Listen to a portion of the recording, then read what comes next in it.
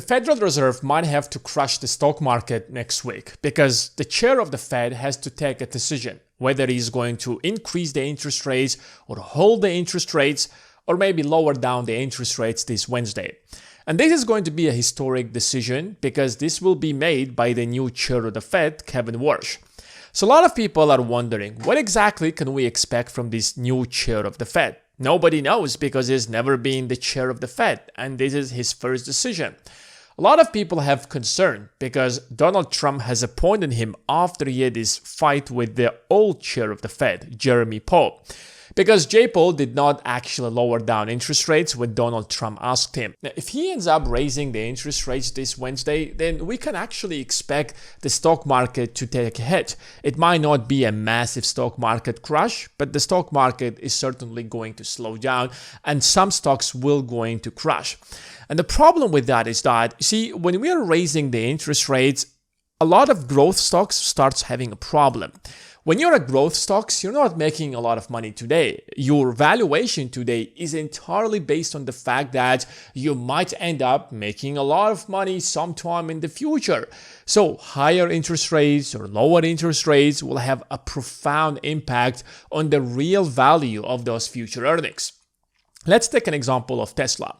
Tesla is a really great company. I love Tesla. Tesla has revolutionized the auto industry, and now sometime in the future, probably when they have full self-driving cars, you're not going to drive cars, but cars are going to productively and efficiently just drive themselves. And all you had to do is just move from one place into another without ever driving a car.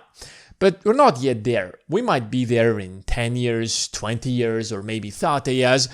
When that is going to happen, that's when Tesla will be making a lot of money. The problem is that the real value of those future earnings are going to change based on the interest rates that we have today.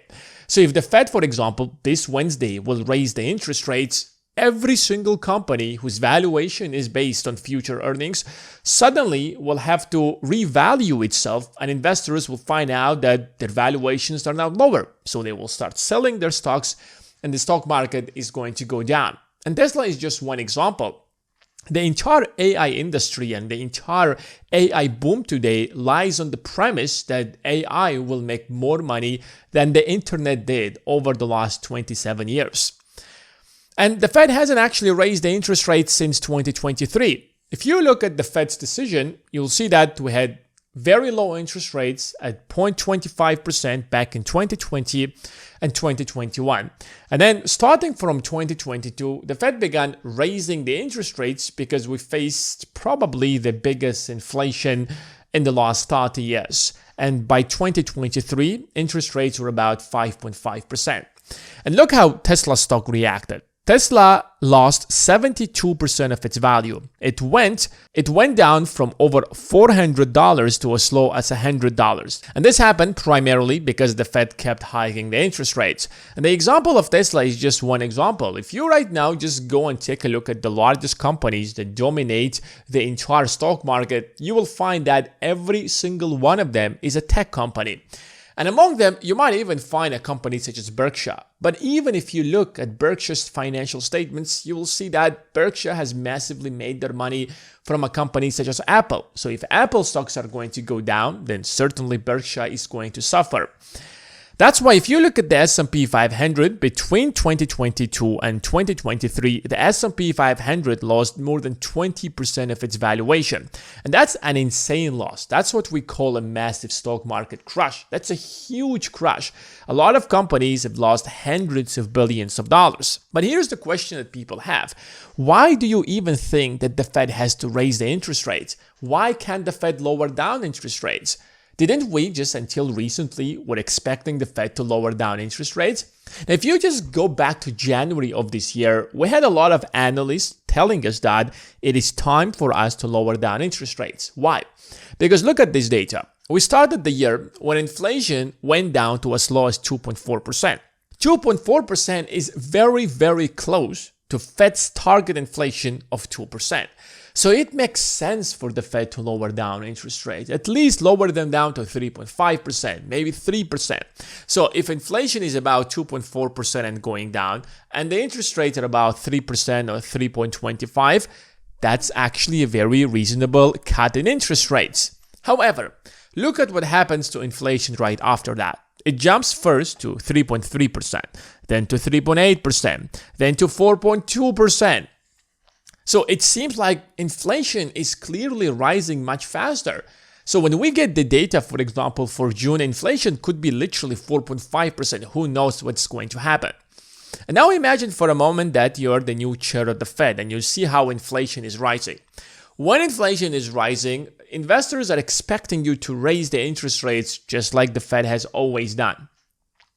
That means that this Wednesday, the new chair of the Fed, in order to prove to the investors that he's not just a puppet of Donald Trump, but rather he is an independent chair of the Fed, he has to raise the interest rates and let the investors know that the job of the Fed is to protect the dollar and not follow the whims and the desires of the White House. But this could potentially stop the Fed. Trump says that a deal to end the war will be signed Sunday. So this inflation that you see right in front of you was primarily caused because Donald Trump has started this war against Iran. That created a huge shortage of oil in the market that instantly led to a domino effect, and that led to increase in prices across the entire economy, and suddenly we have this massive inflation.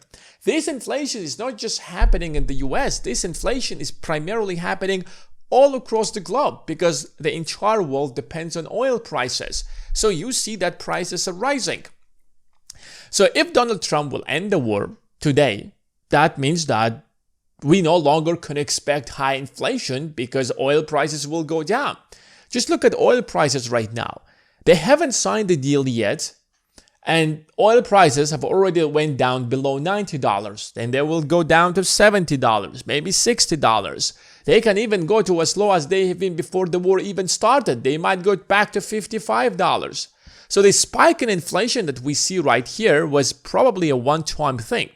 So if you're the chair of the Fed and look at this, you're like, why would I hike the interest rates when there is a deal being signed between the United States and Iran? But there is just one problem. Trump deals are not reliable. Trump has already multiple times sent a signal and made it clear that we are very, very close to making a deal. And we haven't seen a single deal. And the irony of these deals is that on one side he's claiming that we're about to sign a deal. On the other side, what is happening? They're exchanging fires. So the war is literally going on. How on earth are you even signing a deal? And what makes the situation even worse is that while there are negotiations going on, you're bombing the country. So a lot of people in the market, they don't trust what the US is doing. So Israel continues strikes in Beirut. So while Trump is trying to make a deal with Iran, Israel, who is literally the US partner to start this war, has already started bombing Beirut, and Beirut is part of the deal to stop the war in the entire Middle East. And that's why on one side, everybody wants to believe this deal is going to happen. On the other side, a lot of people are very skeptical. So nobody knows for a fact what's going to happen, but this is going to be a very interesting decision that the chairman of the Fed has to make. Because if a deal won't be signed before Wednesday, then there is a good probability to believe that the new chair of the Fed, to prove to investors that he's an independent chair of the Fed, he's going to raise the interest rates.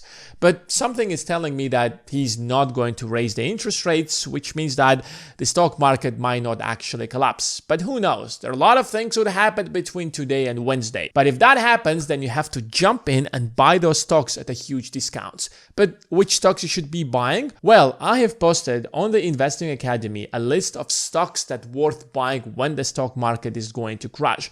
These are the investments that are going to pay you off because they will be sold at a lower valuation than the real valuation. So the moment when the panic is going to get out of the market, you will see those stock prices to rise dramatically high.